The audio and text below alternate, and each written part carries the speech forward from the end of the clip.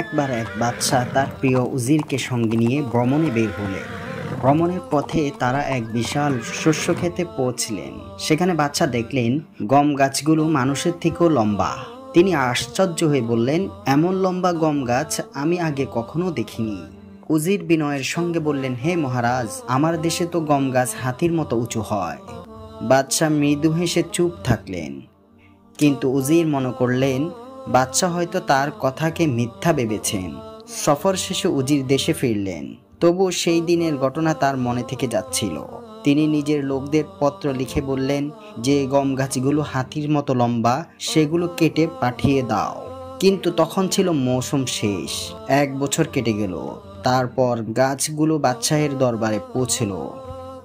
বাদশাহ অবাক হয়ে জিজ্ঞাসা করলেন, উজির, এই গাছগুলো কেন নিয়ে এলে? উজির বললেন, মহারাজ, গত বছর আমি বলেছিলাম আমাদের দেশে গম গাছ হাতির মতো লম্বা হয়। আপনি তখন মৃদু হেসেছিলেন। আমি বলেছিলাম হয়তো আপনি আমার কথা বিশ্বাস করেননি, তাই আমার কথার সত্যতা প্রমাণ করতে আমি গাছগুলো নিয়ে এসেছি। বাদশাহ মৃদু হাসলেন এবং বললেন, হে উজির, এখন আমি বিশ্বাস করছি, কিন্তু মনে রেখো, এমন কথা কাউকে বলো না যার সত্যতা প্রমাণ করতে 1 বছর লেগে যায়।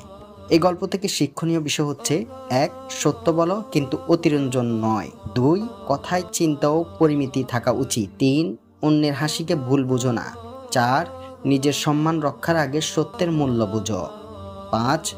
সময় উপযোগী বুদ্ধিমত্তা একটি বড় গুণ। 6. নম্রতা ও ধৈর্যের মূল্য বোঝা উচিত।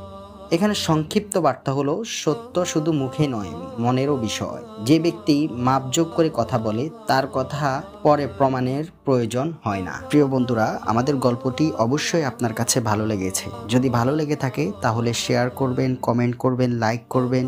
আমাদের ভিডিওটি পূর্ণাঙ্গ দেখার জন্য আপনাকে অসংখ্য ধন্যবাদ।